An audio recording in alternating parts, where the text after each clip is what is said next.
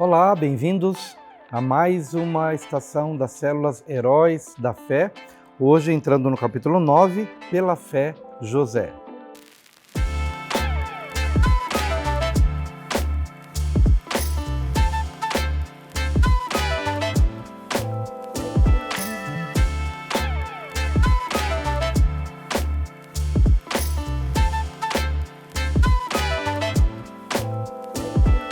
Meus queridos, começamos então mais uma semana. Espero que você esteja bem, que a sua experiência liderando célula ou participando de uma célula esteja sendo bastante edificante para você. Tem sido para mim, acredito que para toda a igreja, e que você tenha mais uma semana abençoada.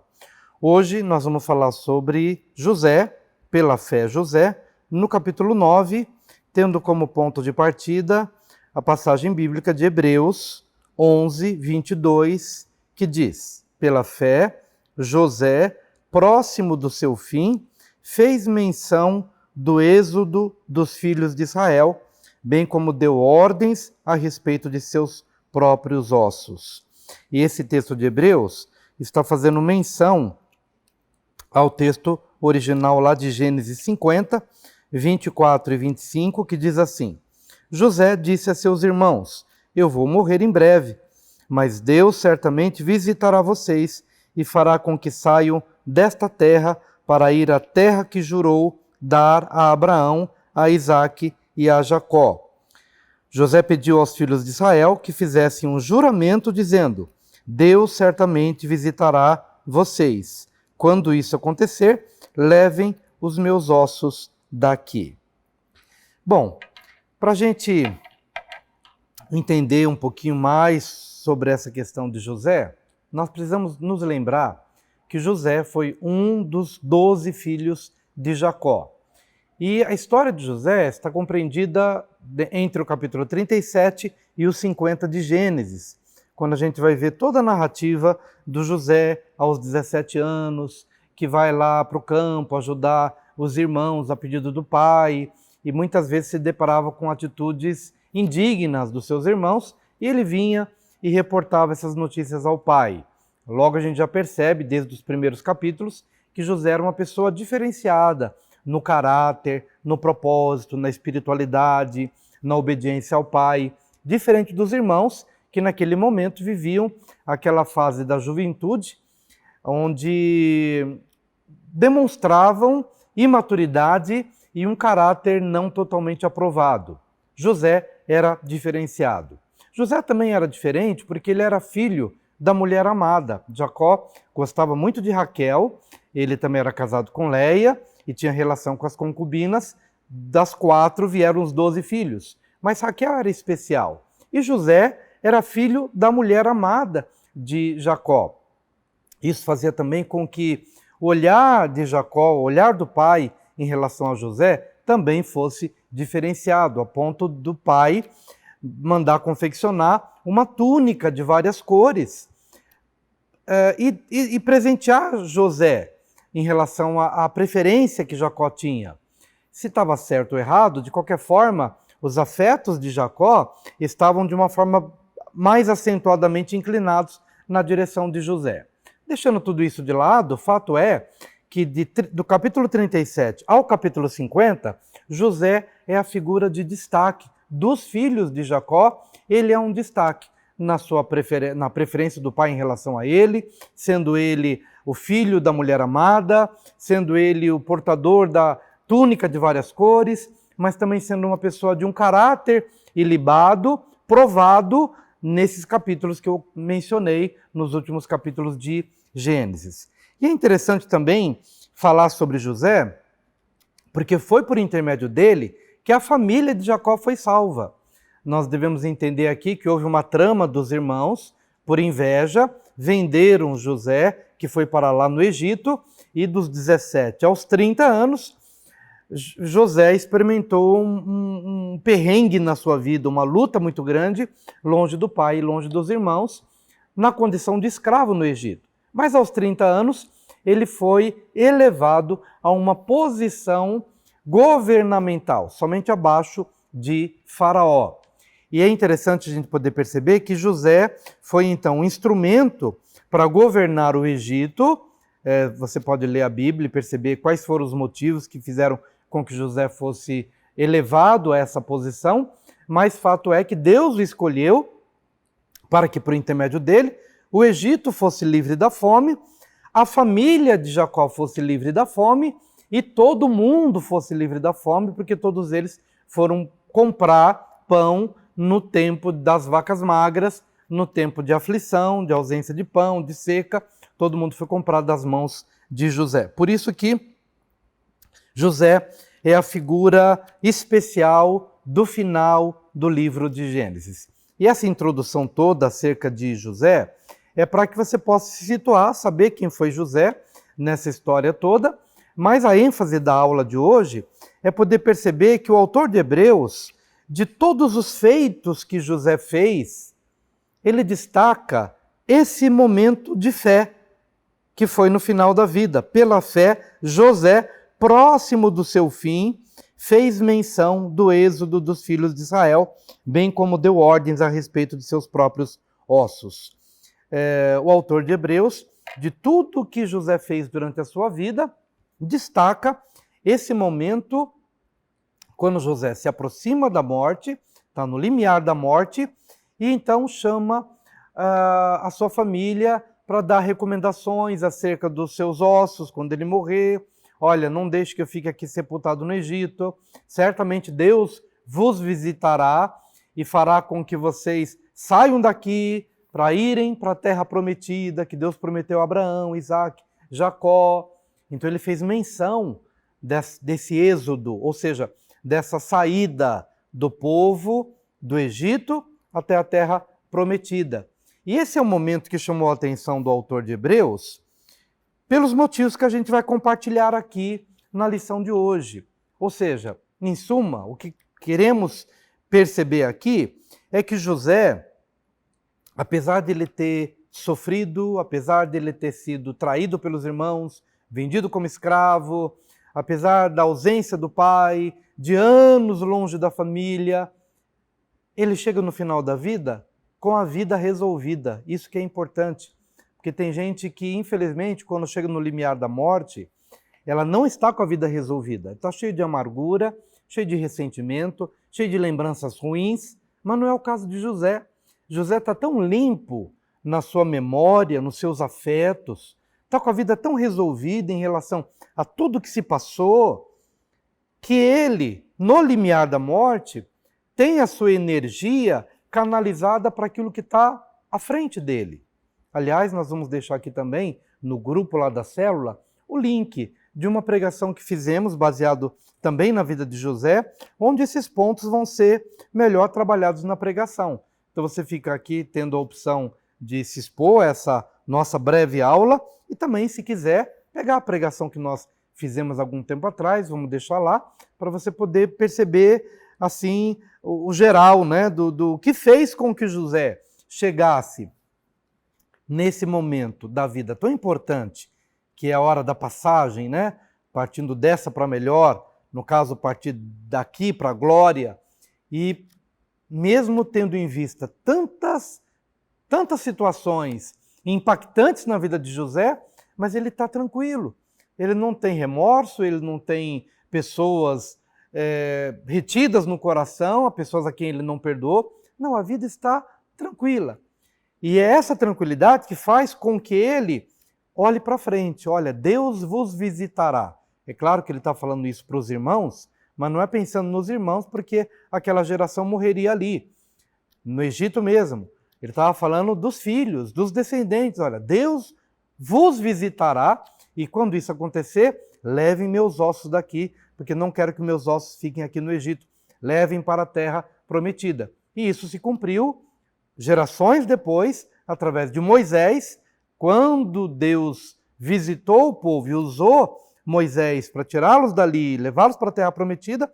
Moisés é a pessoa que vai cumprir isso, esse sonho, essa palavra, esse desejo do transporte dos ossos lá do Egito para a terra prometida. Mas a ênfase está no seguinte detalhe: o que faz a gente chegar no limiar da morte com a vida tão resolvida como José chegou, com uma vida tão resolvido. E os pontos da célula de hoje vão falar sobre os seguintes pontos.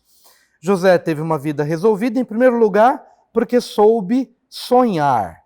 Não vou ficar aqui lendo as passagens bíblicas, você vai perceber aqui, vamos ganhar um pouquinho de tempo, você vai perceber aqui os sonhos que José teve.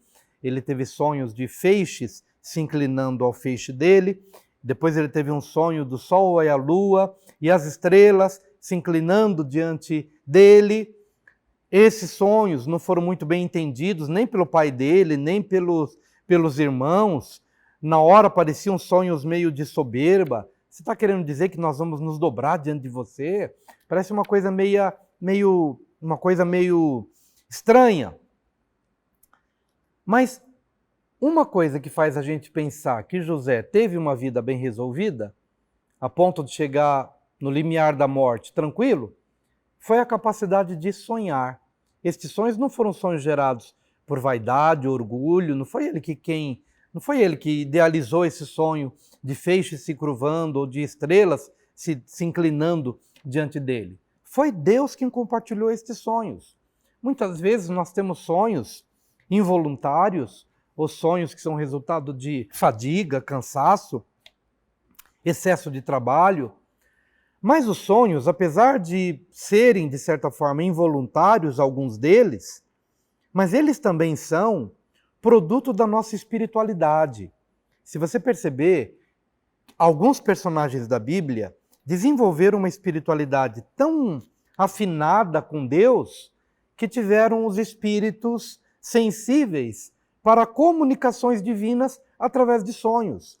Você vai ver a linguagem dos sonhos na vida de José, você vai ver a linguagem de sonhos na vida de Daniel, profeta, vai ver a linguagem dos sonhos em José, pai de Jesus, que teve sonhos para preservar o menino em tempos de luta, em tempos de perseguição.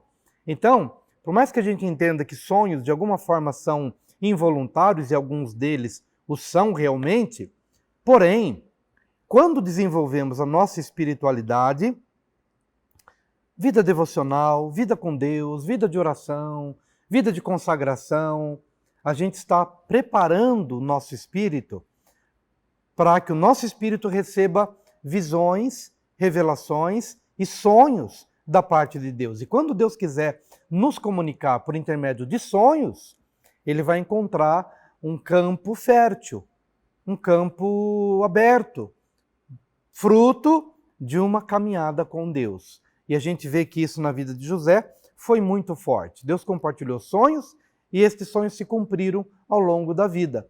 E esse é um dos elementos que faz com que a gente chegue nesse limiar entre a nossa vida terrena e a vida celestial com a vida resolvida. Quando?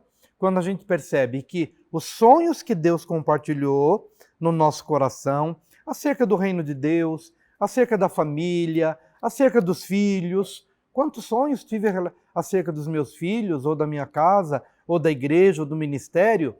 Nenhum deles caiu por terra. Nenhum deles ficou sem um cumprimento efetivo. E isto vai dando para a gente, ao longo da nossa jornada, aquela convicção de que Deus foi caminhando com você ao longo da vida, que Ele compartilhou sonhos e você viu estes sonhos se materializando, se cumprindo. E isto dá para a gente uma sensação de missão cumprida. Aquela sensação gostosa de que, interessante, Deus me deu uma visão, Deus me deu um sonho, Deus me deu uma ideia, e ao longo dos anos, aquilo veio a se cumprir.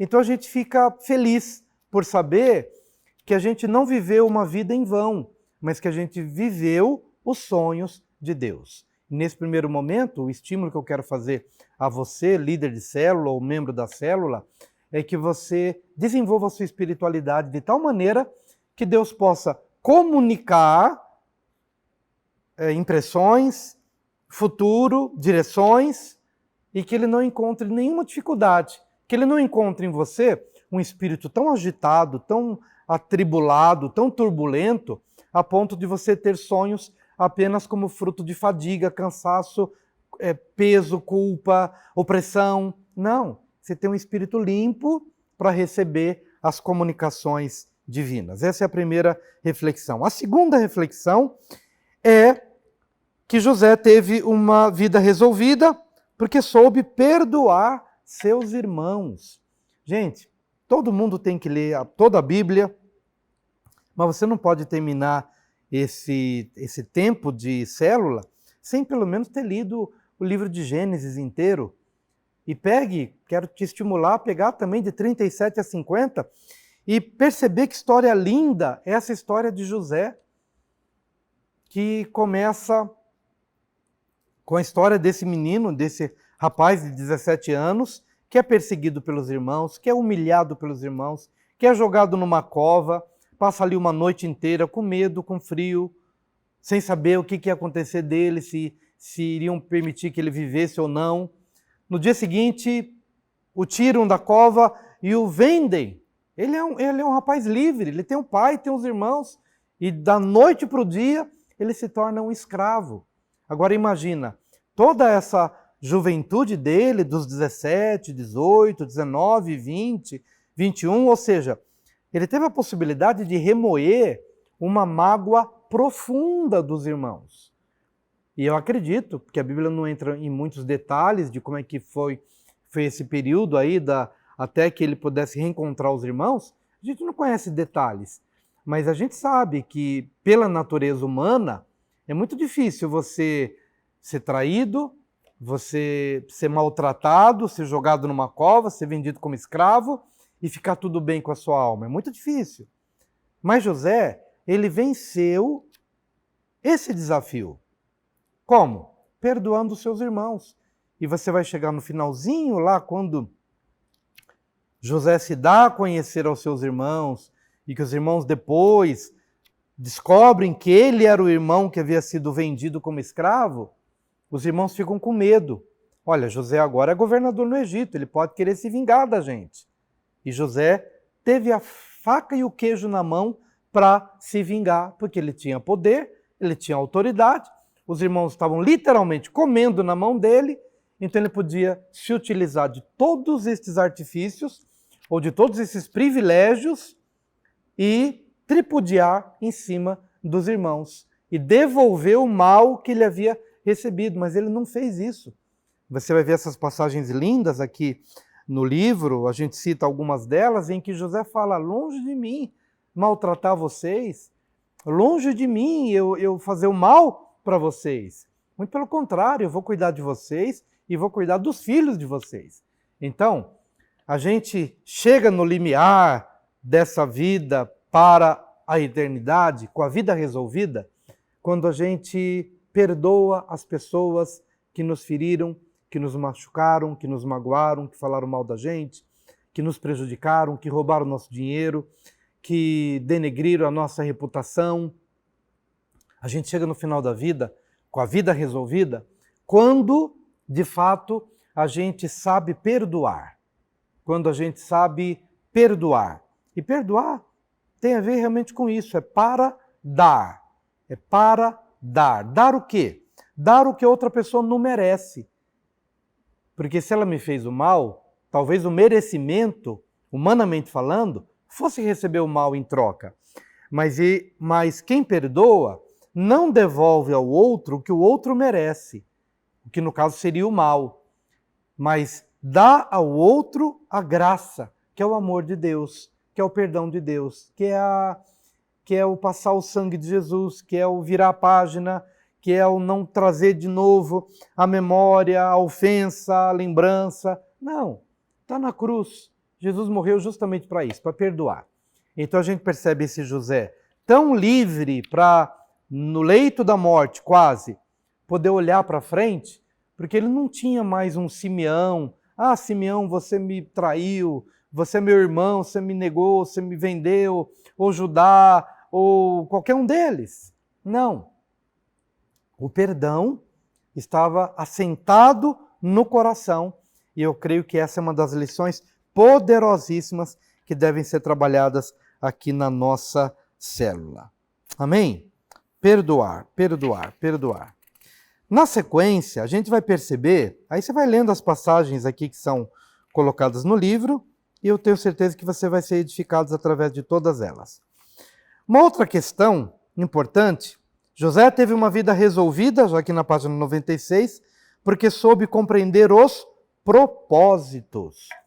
No mesmo contexto do perdão, quando José está conversando com os irmãos, e os irmãos estão preocupados de que José vai se vingar, José, longe de mim que vou me vingar, muito pelo contrário, eu vou fazer o bem para vocês. Nesse mesmo contexto, e nessa conversa, ele vai dizer para os irmãos o seguinte: olha, sim, realmente vocês quiseram me fazer o mal, mas Deus tinha um propósito.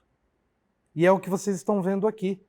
O propósito está claro, vocês estão comendo o propósito. Literalmente. Tudo que vocês intentaram me fazer foi com uma intenção ruim mesmo.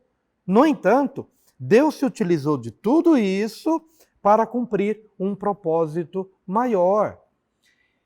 E essa é uma palavra, num terceiro momento aqui da lição da célula, importante de se destacar.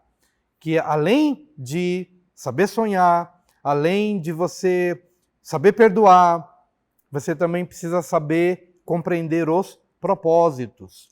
Deus se utiliza de determinadas situações ruins da nossa vida, que a gente não gostaria de ter vivido, ter passado, mas pode perceber que algumas delas, ou todas elas, te remeteram a alguma coisa maior. Talvez um acidente totalmente inexplicável. Por que Deus permitiu sofrer aquele acidente? Ou ficar doente? Ou perder emprego? Ou ter passado por aquela situação onde me feriram? Onde me esbofetearam? Na hora a gente não consegue entender o propósito. Mas se você é uma pessoa que desenvolve realmente a espiritualidade, e essa é a nossa proposta de fazer com que tenhamos pessoas espirituais que possam fazer a leitura da vida com a ótica divina. Fazer a leitura da vida com o olhar divino. O que Deus está me ensinando através dessa crise ou desta situação. E José conseguiu fazer essa leitura. Tanto é que ele disse, sim, vocês quiseram fazer o mal para mim. No entanto, Deus se utilizou de tudo isso para que eu pudesse estar no Egito, nessa condição, como governador. Ele já tinha entrado na época das vacas magras, 7 anos de grande fartura e depois 7 anos de grande escassez. Ele já tinha entrado na época de escassez. Só que na época de fartura, o que ele fez? Ele foi usado por Deus. Havia um propósito para que José ocupasse uma posição elevada e ali ele armazenasse todo o trigo do Egito por 7 anos, para que nos 7 anos seguintes de escassez ele pudesse abrir os celeiros e alimentar o mundo. Esse era o propósito. Esse era o propósito. Então, trazendo aqui para a nossa realidade, procure compartilhar na célula e talvez dá até uma oportunidade para que os membros da célula compartilhem. Será que alguma coisa ruim que te aconteceu não te levou a alguma coisa maior? Você pode testemunhar de alguma experiência que na hora você não entendeu nada, mas aquilo fez com que você fosse catapultado, que você fosse lançado para um objetivo maior e que fez bem para você mesmo, para sua família ou para outras pessoas. Quem sabe não seja uma oportunidade de compartilhamento na célula acerca de propósitos divinos na vida das pessoas que estão lá. Bom, em quarto lugar, a gente aprende aqui que José também teve uma vida resolvida porque soube ser íntegro. A integridade de José, ela é compartilhada desde o capítulo 37 de Gênesis. Mas o ponto forte da integridade de José está na forma como ele venceu a tentação, lá na casa de Potifar.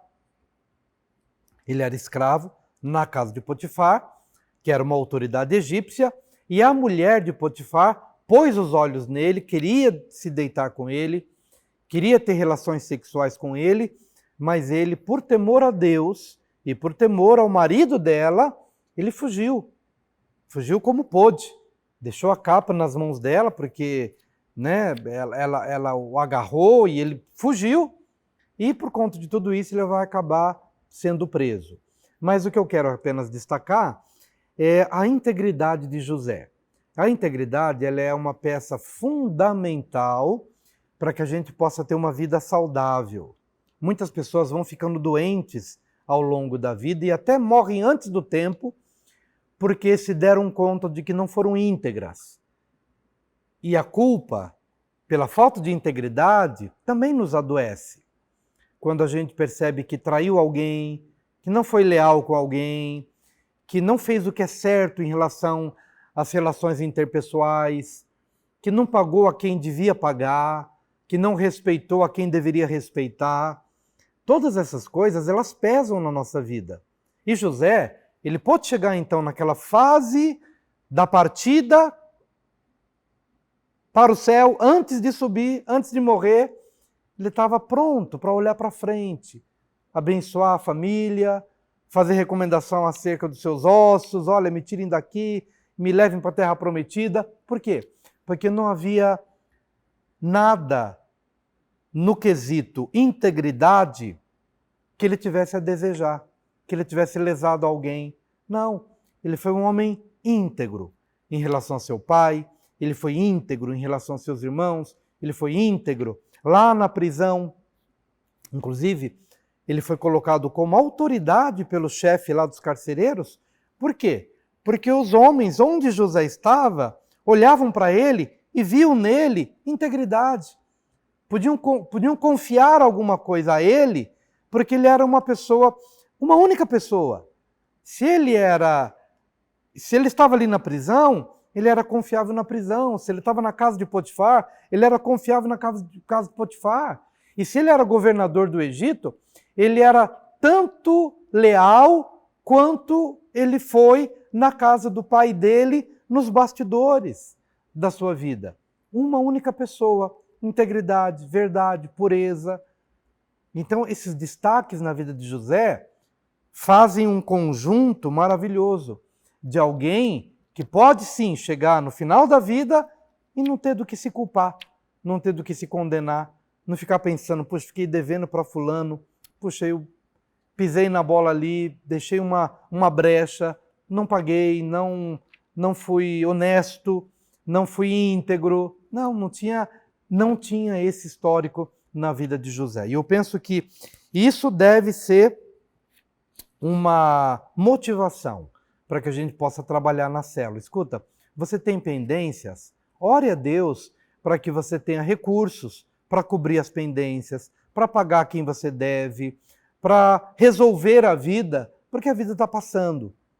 E a gente deve ter uma ficha limpa, deve ter um histórico limpo. Não quero dizer que a gente não esteja imune a problemas, mas se você tem problemas, procure acertá-los, procure a Deus, procure a quem precisar procurar do ponto de vista humano, profissional, dentro da área que você tem alguma necessidade, alguma dificuldade, algum desafio, mas procure ser íntegro no seu caminhar, porque é isso que vai fazer com que a gente chegue no final da vida, e não só no final da vida, mas desenvolver uma vida leve e uma vida honesta diante de Deus e dos homens. Amém? Já chegando aqui para o final da nossa lição, José teve uma vida resolvida, aqui na página 98, porque soube guardar sua fé em Deus.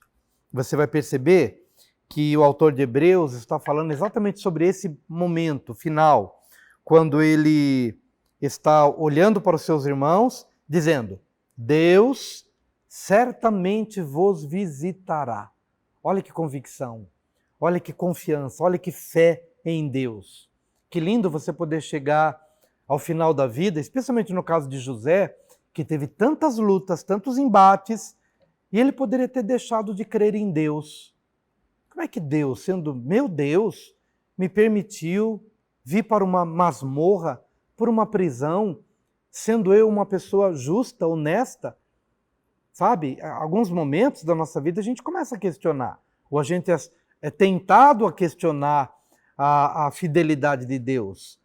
Deus me permitiu ser injustiçado na casa de Potifar, eu não cobicei a mulher dele e venho parar aqui nessa prisão e fico 2 anos nessa prisão aqui sem ter feito nenhum mal contra ninguém, nem contra meu pai, nem contra meus irmãos, nem contra Potifar, e de repente venho parar aqui nessa masmorra, nessa prisão. Ele poderia ter questionado a Deus, como muitas pessoas questionam a Deus na morte de um ente querido, na privação de uma crise, de uma situação difícil da vida. É ou não é verdade? Muitas vezes somos tentados a perguntar: onde está Deus? Onde está Deus que não viu isso? Onde está Deus que não se importou com isso? Mas José não. Ele vive tudo o que ele vive, ele chora o que ele tem que chorar, ele entende o propósito no final das contas e a sua fé é guardada. E a ponto dele poder dizer: Deus certamente vos visitará. E vocês vão sair daqui do Egito, meus ossos serão levados. Quando isso acontecer, tirem meus ossos daqui e levem-nos para a terra prometida, o lugar da promessa do Senhor. Isto é fé. Ele conservou a fé em Deus. E o que eu quero destacar aqui é que, a despeito das lutas, das crises da vida, guarde a sua fé. Faça como o apóstolo Paulo: combati o bom combate, acabei a carreira, mas eu guardei a fé. Porque a fé você transporta para a eternidade. Glória a Deus por isso. Esse é um ponto importante. E a última questão, está aqui na página 99, é que José teve uma vida resolvida porque soube confiar no cumprimento das promessas. Ele fez com que os irmãos jurassem: jurem que vocês vão, quando forem visitados por Deus, vocês vão tirar meus ossos daqui. Como eu disse no começo, claro que não seriam os irmãos, literalmente falando, mas os filhos dos filhos, né? Na verdade, filhos dos filhos dos filhos, que cumpririam essa promessa que os irmãos de José fizeram para ele. Juraram para José: fique tranquilo, José, pode morrer em paz, que nós vamos deixar isso como uma lei, vamos deixar aqui registrado. E a geração que for visitada, ela terá acesso a essa informação e seus ossos serão levados daqui e serão sepultados então na terra prometida. E isso aconteceu gerações depois. Gerações depois. Você vai começar o capítulo o livro de Êxodo, e você vai se expor à história desse povo já não mais como família, não é mais uma pequena família de Jacó e José ali na terra de Gósen, no Egito. Não, já é um número já fantástico, extraordinário, porque os filhos de Israel se multiplicaram no Egito, e é naquele contexto que Moisés é levantado, e ele certamente soube dessa informação, desse pedido e dessa promessa, do pedido de José e do juramento que os irmãos fizeram a ele, e então essa promessa foi cumprida através de Moisés. Mas o destaque em relação a José é que José descansou, ele confiou que essa promessa seria cumprida. Por quê, queridos? Porque Deus é um Deus que cumpre promessas. Como essa promessa foi cumprida, foi uma coisa assim extraordinária, porque, como eu disse, gerações depois, Moisés tinha um registro e ele foi fiel e transportou os ossos de José exatamente conforme a promessa. Mas quem é que está por detrás do cumprimento dessas promessas? É Deus. É Deus que se move, é Deus que permite o registro, é Deus que lembra alguém, é Deus que usa o intermediário, é Deus quem fomenta uma visão de geração em geração. E, no final das contas, quem recebe a glória não é nem José, nem Moisés, que foi um instrumento humano para o cumprimento daquela promessa. Quem recebe a glória é Deus. É Deus, no final das contas, é Deus quem faz com que as peças se unam, se encaixem direitinho, para que tudo no final faça sentido. E foi nisso que José confiou. José não confiou no homem, não confiou que essa informação chegaria a quem quer que fosse. José confiou em Deus que cumpre as promessas, num Deus que faz as coisas acontecerem. E é isso que a gente tem que fazer hoje, e é isso que a gente tem que fazer no limiar da nossa passagem daqui para a glória. Nós precisamos compreender que tudo aquilo que Deus nos prometeu por intermédio da sua palavra, tudo isso será cumprido. A quem Deus vai usar, não interessa a mim, não interessa a você. O que importa é que nenhuma palavra de Deus cai por terra. Então ele vira o mundo, ele faz o sol parar, ele levanta um Moisés da geração X, Y, para quê? Para ser instrumento do cumprimento de uma promessa que ele mesmo fez e que ele mesmo deseja cumprir. E a gente deve descansar na confiança de que Deus é um Deus que faz acontecer e que cumprem as promessas que ele disse a nosso respeito e a respeito do seu próprio reino. Praticamente é isso. Como eu disse, vamos deixar aqui o link também da pregação que fizemos em cima dessa passagem bíblica.